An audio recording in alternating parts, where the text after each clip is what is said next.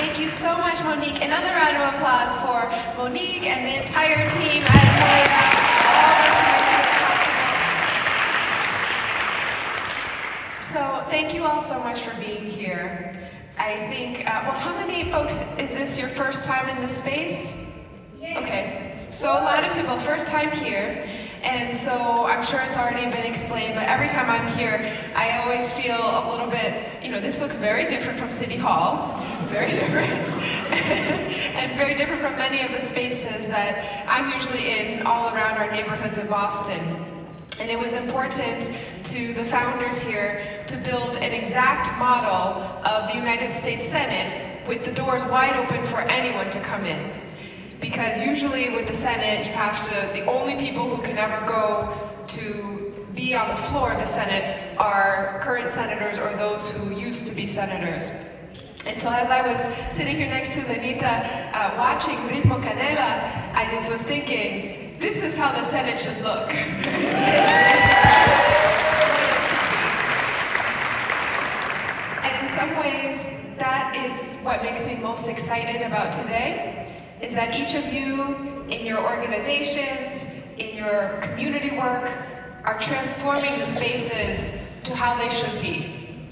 To have doors that are wide open to everyone, every generation, every culture, every language background, and we are so grateful for the opportunity to try to bring all of that together, learn from you all, and make sure that we are coordinating to maximize the impact that we can have. I know it's already been a busy, wonderful morning with aromatherapy and workshops and much more to come. I also had the chance to stop by the children's room over there, so very excited that we could all be here as families as well, and they are very happy and they're playing with balls and learning and running around.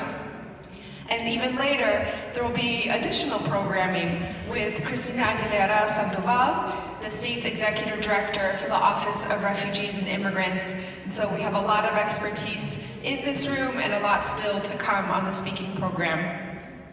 I say every day in Boston that my job, my only mission is to coordinate so that we can make Boston a home for everyone. And I know this room understands just how important that is, but also how big of a task that is. Because home can be a complicated sense of meaning when you're connected to many different places. Home can feel like something you might have left behind. Home can represent how much work it takes for that word to feel right.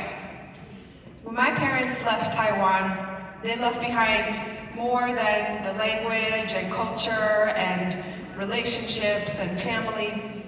They said goodbye to all that they had ever known and all that had felt familiar. Home is much more than just the sights and sounds and flavors. Home is a place where you're with the people you love. And for so many of us, or our parents, or the generations that came before, home is a place where your dreams and your children's dreams can grow. And so that is the work that Monique and the MOIA team do every single day. Through advocacy, language access, cultural programming, professional development, and networking, we want to make sure that all of our neighbors know Boston is home. Boston is a place where we all belong. And so as you are meeting each other and thinking about the work that we're doing together, please remember that this special space is supposed to kick off the conversation. So all that we talk about today is meant to be taken back out into our communities to make each and every part of our city home. So thank you for your partnership in this hard but incredibly important work. I'm so honored to be doing this work with you.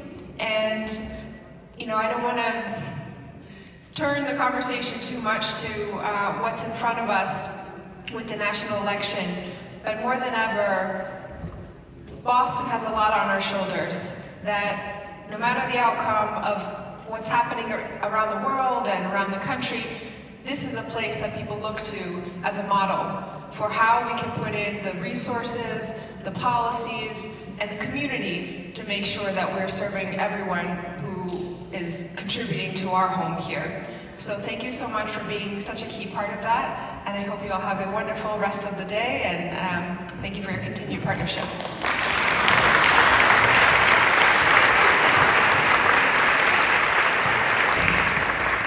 Buenas tardes, good afternoon everybody. Good afternoon. Good afternoon. Buenas tardes. What's another language? Help me. Say it again. Bonsoir. I heard bonsoir. Okay, another one? Give me another one. Okay, I gotta learn. Monique, you gotta teach me. Monique, help me too, please. Okay, so my name is Maria Angeli. I use she, her pronouns. I am the Chief of Equity and Inclusion for the City of Boston. I get to work with the incredible team at the Mayor's Office of Immigrant Advancement. In the role, we are focused on improving life outcomes for communities like the immigrant community that for so long have been neglected, have been refused access into the opportunities that a government can provide. And so we provide technical assistance to other agencies so that they do their work differently, language access, for example. We also provide direct programming, like Immigrant Advancement provides citizenship opportunities once a year during our Citizenship Day in the summer. And we also do things like today, which is about coalition building. We can do all the work inside, and hey, if we make mistakes, we're the government, we're the bad guys. That's why we also put in the work to make sure that you are building coalitions so you can continue to put pressure on us. Believe me when I say it. It makes our lives harder when you put pressure on us, but that's the only way we can do this work. And that's why today is so important. I want to share a quick story. Actually, before that, I want to see who's in the room. Let's practice. If you have to use an app like WhatsApp to communicate with family all around the world, raise your hand. If you have to wake up at terrible hours of the day to have a phone conversation with a loved one around the world, please raise your hand. Okay. If you, if you ever had to be the interpreter for a loved one in your family, or your friend group, or work, keep your hand up if you're still the interpreter for loved ones or people in your friend groups. Thank you for everything that you do. I know it's not easy. I've been there myself. I know that it's part of the work. I've always seen it as a kid. I saw it as a burden. Ay, mami, otra vez, I gotta help you again. But now, it's an asset. It's an asset. It's a strength that you bring to the table, that your children are bringing to the table as well. And I want to tell a quick story, which is really why I wanted to be up here today. I'm a former ESL teacher. I was in Houston, Texas in 2015 during the presidential election. Feels really similar to right now. And I got to witness in a small scale what damaging narratives about immigrants can do to people and to young kids in particular. I had sweet, kind, smart, good kids in my classroom turn to each other and learn to distance themselves so that they can be the good immigrant. You're the bad immigrant, I'm the good immigrant. I witnessed that 10, 11, 12, 13, 14, 15-year-olds doing that. That's not behavior that was natural to them. But that's what they learned that they had to do in order to survive in this country. I was 25 years old. I didn't know what to do with that. It was really hard. So I decided to go off script one day, and I told them, you have 3 months to come up with a play to show the world what it's like to be an immigrant in the United States. I was not an arts major. I had no business getting middle schoolers to build a play. And so after many meals that I had to buy the theater arts teacher so that he could help me figure out this project that I decided to do with the little ones, I got to witness what a possible future is. I thought I was teaching them a lesson. And instead they taught me that by building spaces like this, by giving everyone an opportunity to have a role, to have a say, to have a voice, to have opportunities to push back, we can create what my students did back in 2015. A night where parents who normally could not take nights off showed up, dressed up, came in, and my rowdy kids, my loud kids all the time, they suited up and became the ushers for the evening. They walked their parents to their tables. My shy kids, the ones that didn't want to get on the microphone, they sat down and built an art gallery and ensured that they were teaching others about their origins and their different countries that were represented there. And then of course, the ones that liked the spotlight were the actors and the actresses in the play. And that to me is what today is about. Today is just a start of us building a blueprint for what is possible. And I ask you today to think about where solutions lie. People always say solutions lie in us. That is true. But if we don't build bridges among us, we can't get to the better solutions. And so Monique and the team at MOIA, thank you so much for seeing the vision that we are here to set up in the city of Boston. We're not perfect, but this is how we build a future now. Thank you so much, everybody.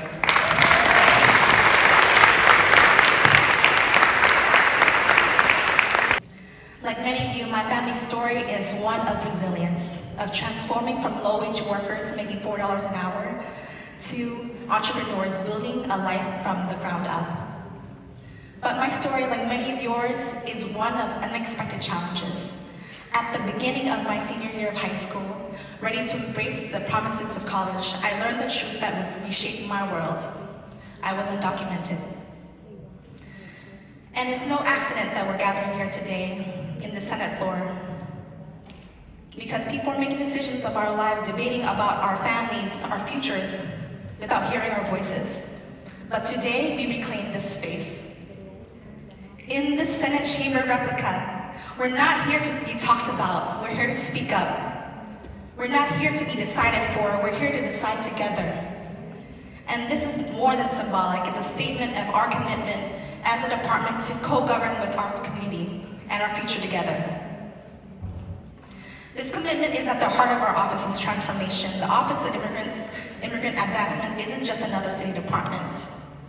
We're becoming a community-driven force for change. That's why we're launching our first ever citywide community insights survey. We're gathering your voices, your experiences, your dreams to shape our policies and programs for the next 5 years. I'll slow down. I have to slow down. And this is our commitment. We really want to make sure that your tax dollars are working for you all. You all are doing the work. Yes. And we take this role seriously. We're stewards of the resources that you entrusted in us. When we say community-driven, we mean it. Every program we create, every policy we advocate for, every resource we develop will be shaped by you. Your needs, your challenges, and your aspirations. This is what democracy should look like. Boston, our beloved city, is woven with the threads of countless immigrant stories.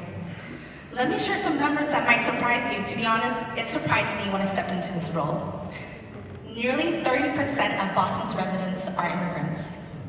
Almost 200,000 strong in the city of Boston.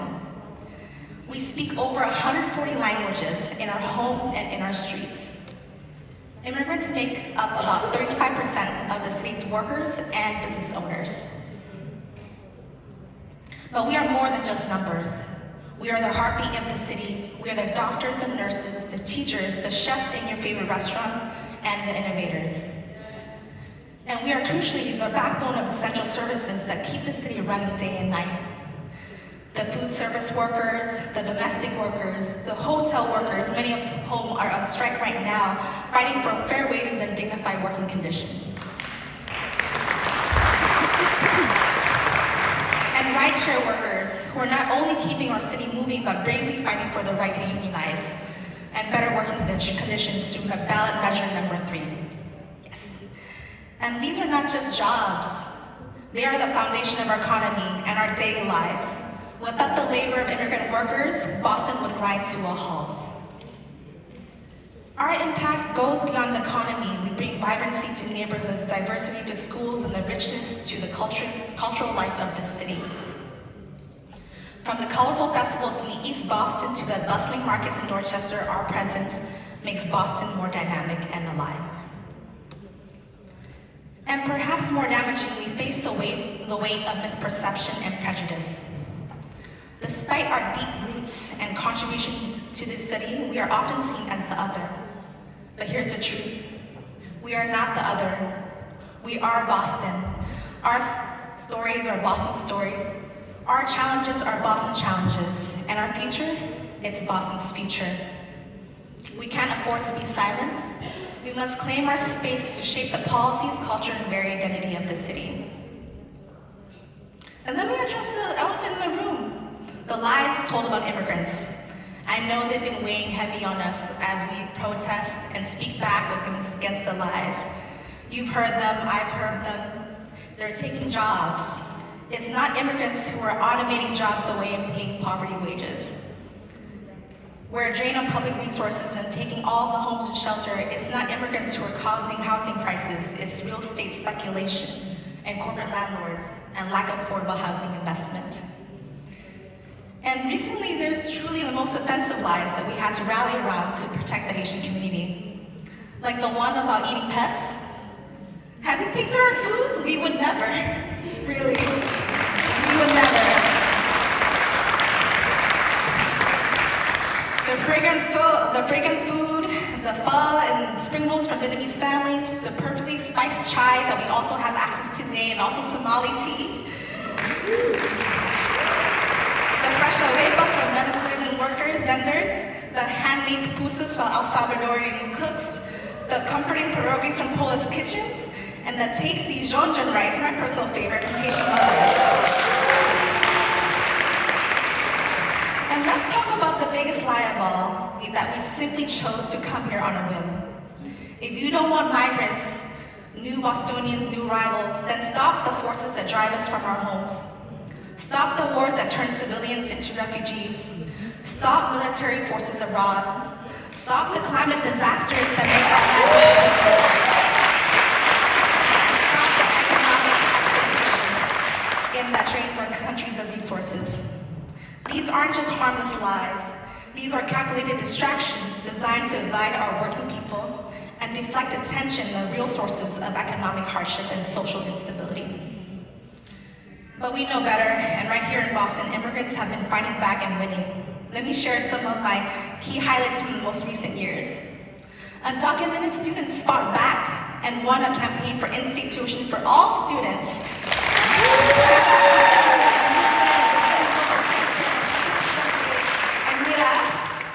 Our Chinatown community successfully fought back against luxury development and displacement. Immigrant community fought for driver's licenses for all in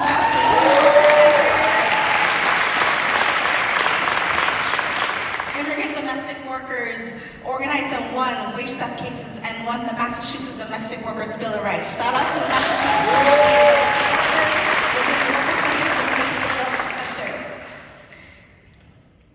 Boston is where I learned I wasn't alone. As I mentioned, I was undocumented. I came all the way up here to search for immigrant rights community. And in community, I found other young people facing the same barriers. I found organizers who have been fighting these battles for years. And I found power in our collective voice. Today, I stand here not as a scared high school senior, but as a daughter of refugees who understand our parents' sacrifices weren't just about survival. They were investments in our collective future.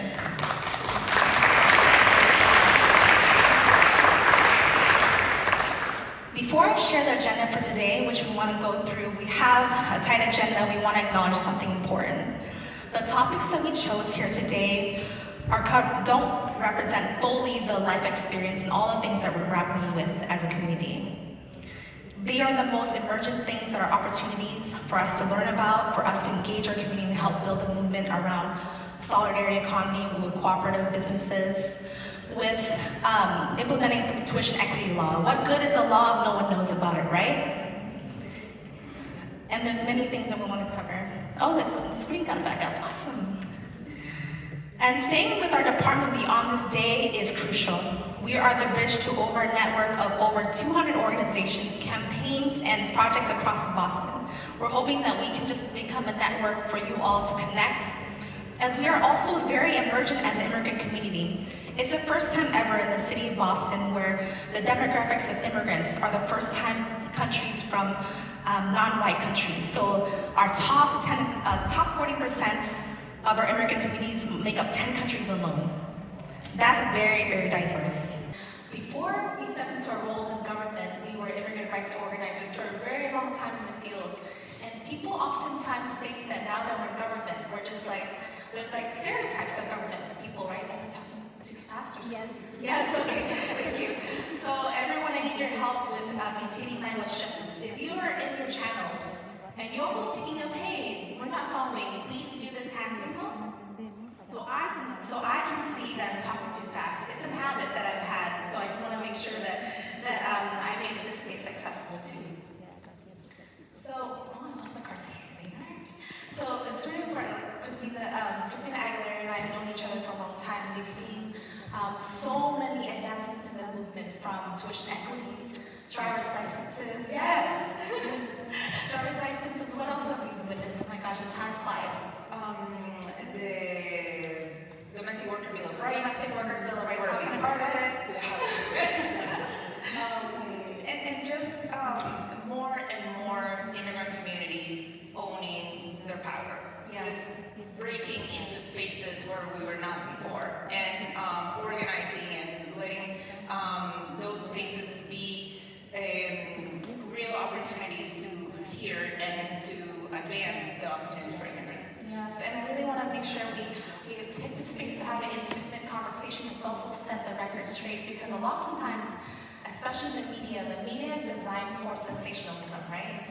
And to also stoke people's interest in news articles. And oftentimes, especially with the state and all governmental response on the federal level or city level, is that they try to find controversy and not even uplifting enough of the good things that are happening from new migrants and new immigrants coming to the state. The incredible opportunity that means, that we all know about. Yes, definitely. And before, I know that I want to backtrack into what inspired you to do immigrant rights advocacy. What made you get into this work? Thank you for that question. So I've been an organizer before I knew what being an organizer meant, and all of that led me to start working with the labor movement. So I was a union organizer for many years, and in that process, I opened the doors to this incredible feeling when you provide information that structurally has been kept away from communities for many, many years. And when you bring that information to the hands of a mom that worked in an industrial laundry in Phoenix, Arizona, or in a poultry company from North Carolina in Cyber City, or in different places where I've organized, and you see the impact of them receiving that information and seeing, oh, wait a minute, I have those rights. I can advocate with my peers for those rights. I don't have to just succumb to the reality that we're seeing right now, but exercise this type of rights. Whether that campaign turns into a labor union or not, whether immigration reform passes or it hasn't for a long time, like that, knowing those rights and knowing that information was to me the most inspirational thing, because I saw their change. I saw their change, their empowerment, and the change that they brought to their families because of it.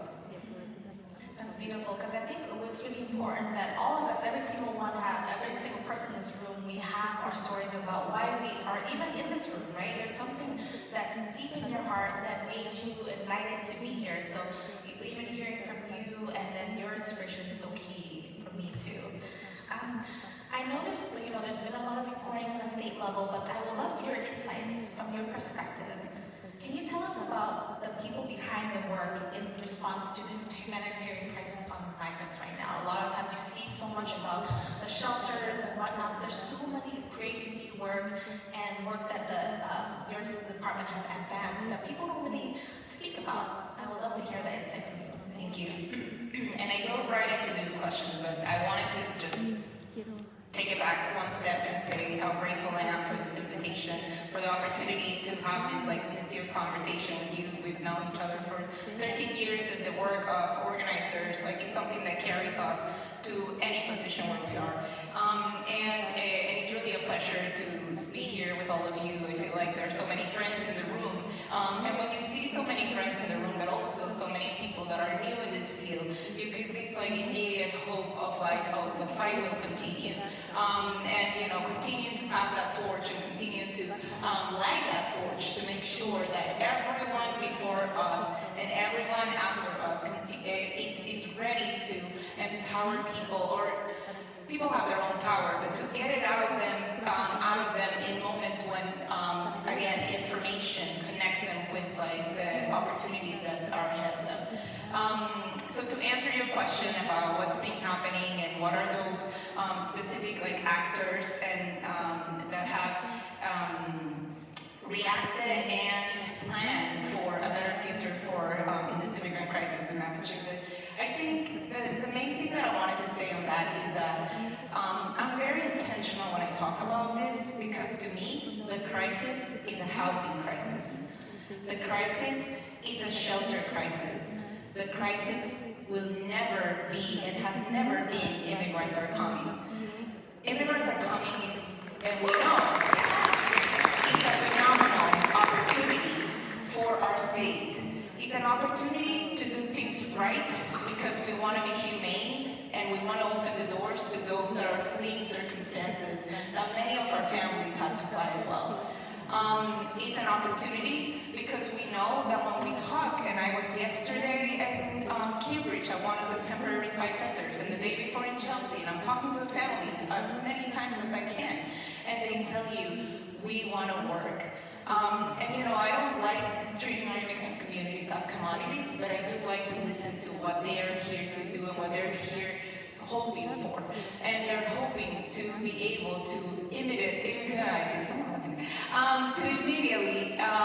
get opportunities to be able to provide for their families, to sustain themselves, to thrive together with any of the communities we're living in. So the efforts that have been happening around this housing crisis have been to ensure that first last year, there were a big number of families that were being evicted or that were not finding opportunities for housing because the housing crisis is so deep, and families that were coming, fleeing their circumstances from Haiti, from Venezuela, from different parts of the country and the world.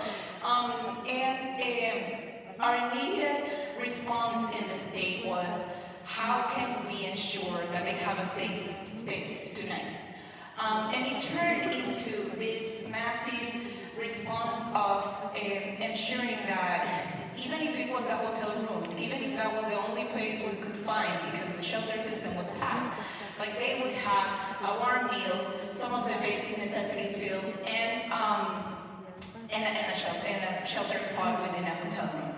Now that created this statewide response within all the institutions. The governor called for an incident command that had representatives from every secretariat and almost every agency. And there were about 400 people, 400 of their top people dedicated 24/7, Monday to Sunday, to ensure that these families had what they needed to be safe. And I am extremely proud to work in an administration that was able to step up and do that, and I get emotional because there were a lot of stories to be told. Now, we of course did not do this alone. One of the most beautiful parts were the partnerships, were the unsung heroes that might not be affiliated with any community-based organization, that were stepping out of the woodworks to figure out how to help. But the help that they were trying to figure out how to give was not help, was not just like, how do we help right now? It was this radical hospitality that they were exercising day in, day out. They were putting people in their houses when it was needed. They were feeding, meals for like 100 people at many times. They were really trying to roll up their sleeves and make sure that families had to cross borders, that were, have had to cross the dating gap, etc., had that moment to breathe. And that was done in a beautiful collaboration with the state and with allies all over, in community-based organizations, volunteers, etc. And in the moment where we are right now, unfortunately, we reached a cap. There's no more shelter space. The cost of sustaining the doubling of the shelter space is not, the resources are not available right now to continue in that path, and it makes things really hard. So we're working day and night with the city, with partners, to make sure that we always think about the humanity first and how to connect them with the resources that exist out there. Yeah, that's really important to lift all the small and big ways that people are stepping up, because we're facing a challenge in the world right now when there's been historic underinvestment in housing and then also shelter. But then now, in this moment, when we step into these leadership roles, there are challenges we still have to answer to, right? But then to solve for sustaining everyone and holding space and being giving dignified housing and shelter for everyone needs to step up and support in small and big ways. There's been so many stories that even whenever there was the opening of the shelter in Roxbury, there was so much reporting talking about how the neighborhood doesn't like the immigrants, they're against this plan and all that stuff. But what we felt in the neighborhood was opposite. And no one talks about that. I actually remember there was a report, someone was like, I noticed the kids that are in the shelter, they were playing outside in the yard, outside of the community center without warm clothing, and it was during the winter. And then I learned that person just kind of picked up their sizes and went to go buy hoodies and shoes and warm clothes. But no one talks about that. No one talks also about Uber drivers that drove by a Haitian mother that was pregnant, walking the child to go find shelter. There's so many small stories that neighbors are stepping up, and these are stories that we need to inspire one another, because everyone can contribute in different ways. Yes.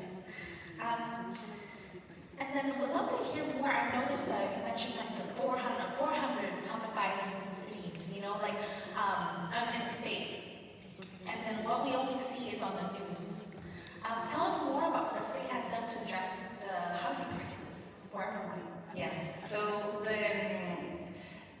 many of the reorganizations, I'm sure, were a part of passing the housing bond bill. This is something that will create many affordable units, and that is long overdue, and that right now it gives us that hope that in the future this housing crisis can be slowly resolved. Slowly, because building units doesn't happen overnight. But in the other front, in the immediacy, we have created temporary respite centers for families that are still looking for a place to stay, that there's no shelter spots right now, so they stay there, and it's supposed to be for 5 days. The reality is that they always get extensions and have been there for over 30 days to try to work towards finding housing. The ideal scenario is one where people keep shelter. No one wants to raise their children in a hotel room. Where people have if they have if they don't have specific vulnerabilities that sometimes make it harder to have your own living arrangement, for people to be able to bypass shelter and then get to a process of getting their own housing. And that there are programs in the state. There's one called Home Based, and that one has been trying. The Housing and Livable Community Secretariat has been trying to make that one work better so that it can be expedited and people can go straight into housing pathways and get the financial support they need to be able to sustain it. Our office and our agency has been really focused towards programs where that can expedite their process of exiting the shelters, but not exiting it for the sake of exiting, but to do it in a safe way, to do it with the opportunities that they're telling us they want. And these opportunities include English as a second language in shelter. It includes work authorizations or legal services to ensure that they have the opportunity to work, and it includes a rehousing program that we have been doing this work for many years to try to support them in the process of finding housing. So one of the most beautiful things that I experienced about 3 weeks ago in one of our TPS clinics, as you all may know, temporary protective status had passed for Haitians that arrived to the country before June 3rd. And the majority of the immigrant community members that are currently in the shelter system are from Haiti. So we made sure and made the case and advocated to ensure that we would have the funding to do temporary protective status clinics with partners all over the state. And one of the first ones happened in Randolph, and as I'm there trying to help fill out some of the applications, etc., I see that the families, as I was trying to talk to them in Spanish, because we had Haitian Creole interpreters, but as soon as they pick up that I spoke Spanish, they spoke Spanish with me, because many of them live in Chile and they're trilingual, not just bilingual, many of them. And they were making an effort to just speak with me in English. And that really warmed my heart, because it made me see, the ESL services that we're providing in shelter are working. People are so eager to learn that they would use all the tools that you're trying to create for them.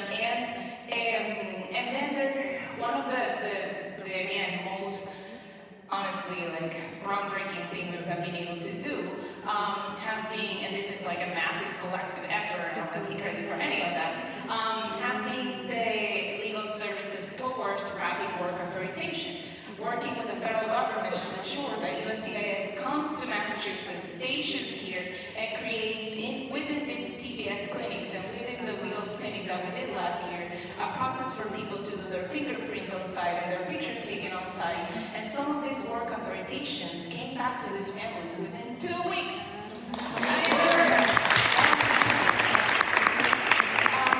And those are the type of things that, even though they sound very technical, they are the ones that families are telling us they are allowing them to get those job opportunities and to little by little move into safer and more longer-term situations.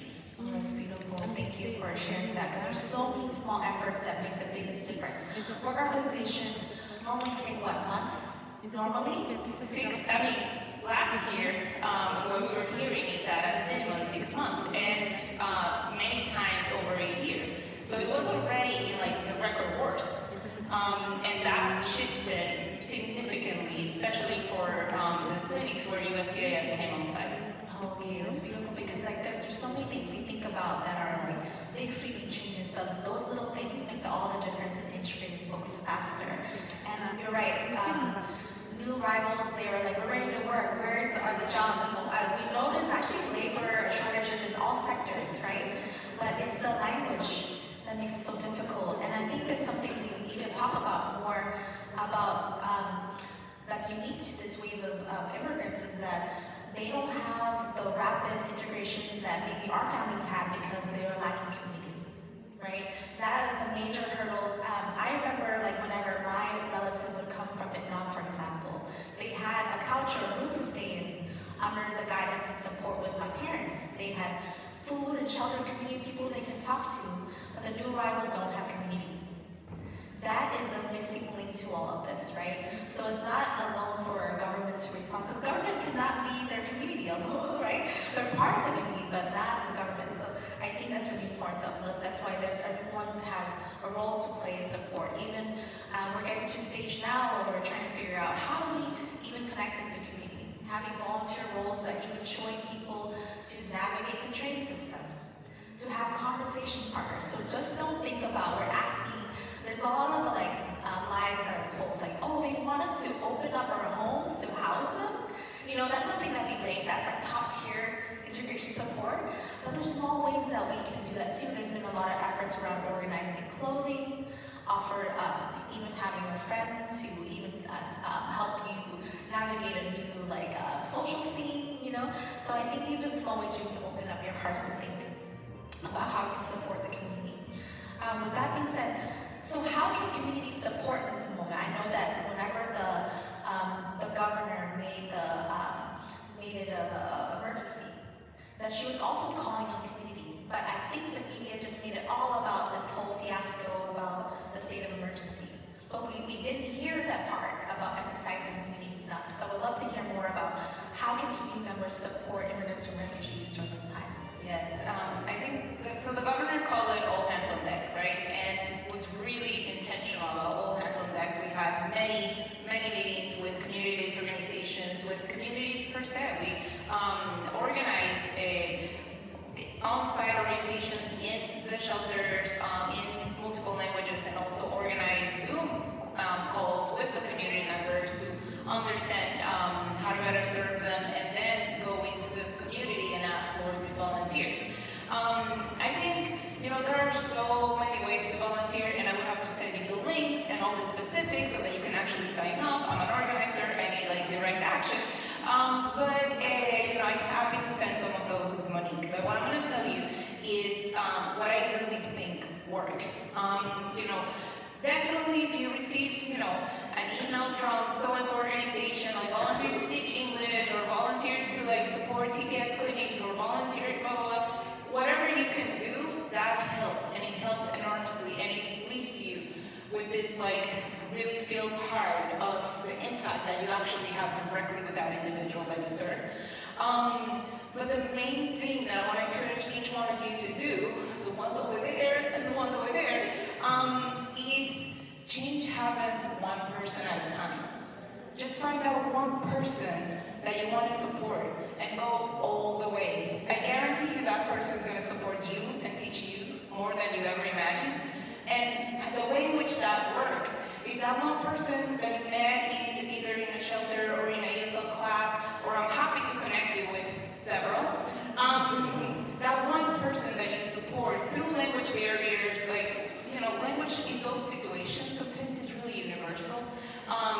It's about how do you help them, how do you become that person that they call when they're lost in the middle of the T system, when they are in front of medicine for children and have no idea which one to get because it's so different from the one that you get in your country, where they receive a letter from their school, and even though it's in their language, it still feels like a completely different language because it's so different from the way in which we experience education in our countries.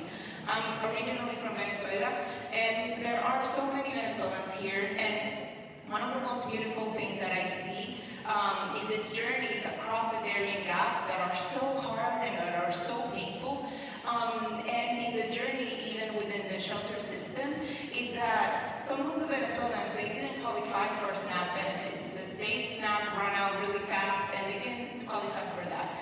Well, the Haitians would take them to CVS to buy some of the immediate things that they needed in the middle of the night because they did qualify for SNAP benefits. That type of community solidarity, we see it every day in every single one of these places, and we need to individually think through what is that one person that I can connect with, that I can help their family for years to come, navigate whatever question they might have in the middle of the day, in the middle of the night.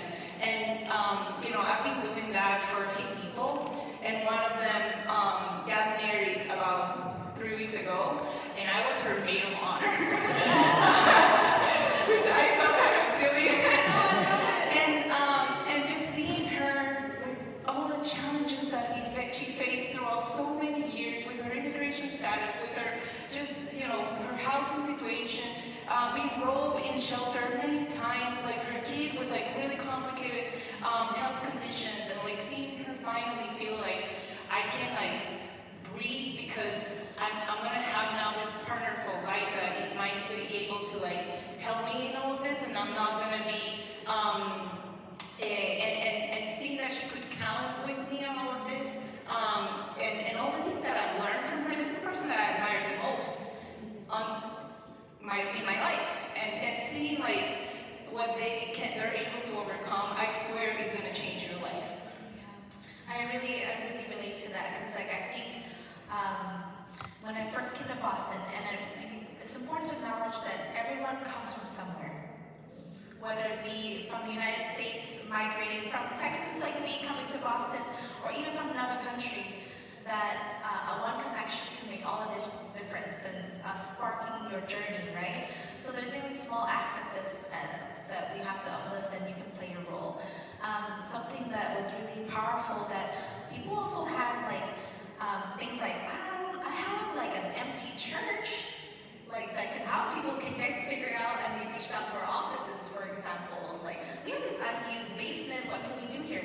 things. We can, I'll take it. So for the state will take it. There's so many little things that just think about things of abundance, things you can offer that we can transform into gifts. An empty schoolhouse has. I've seen amazing things, like an empty schoolhouse that has been at Bethel AME Church in Jamaica Plain near Roxbury. And it's an empty school church in IFC. They reached out, it's like, can we do something with this? And now it's an ongoing English school. Basically, they have English classes every day for Haitian parents and their children to have classes, and it's supported by the state, it's supported by the city. Even there was an MC dormitory, right? Things like that. So there's so many solutions that are kind of like, we just have to get creativity. It's like there's so much underutilized things that we can activate if we have imagination and the heart to even be courageous, right? And to add to that, I think a lot of time, and I expected the government to resolve a lot of things in my days of advocacy, right? I think most of the time we were like advocating to push government to do the right thing, etc. And don't get me wrong, you should still do that. But I do think that it's an all hands on deck situation. I have seen government go above and beyond and use more resources than, I'm talking about $600 billion, right? I'm talking about more funding than the federal government would ever give Massachusetts to house refugees, even though they've been doing that for the last 4 decades. So, 400 people dedicated to these, all across different secretariats. Like, the will is there, the work is there, but clearly with all of that, there's still more to do. And we really need all hands on deck. So I think that, and the community-based organizations have been breathing this for all of this time. So I'm not talking about just putting burden on anyone specifically. I'm talking about building more of those collaborations, reaching out across the divide, and finding more of those allies and partners that want to be hands-on in this type of opportunities and connect them with it. Yes, and the only way that we can get out of this crisis is sustainability and good planning, right? So I actually thank you so much for taking the time to have this chat with us. It's so incredible to have this intimate conversation around this, because there's only so much that can be said in the media and the news, and I really appreciate your partnership in this. Literally, I was texting her this Saturday because there was earlier this week, because there were some families that were wandering, trying to figure out where they would go, and then she would text me right away. So I think that the bond and connection is still there, and commitment to community. So please rely on our departments in partnership, and we need to plan better as an ecosystem, right? Because migration has always been how the city was built and how it will continue to be built. Okay. So thank you so much, everyone, for taking the space here.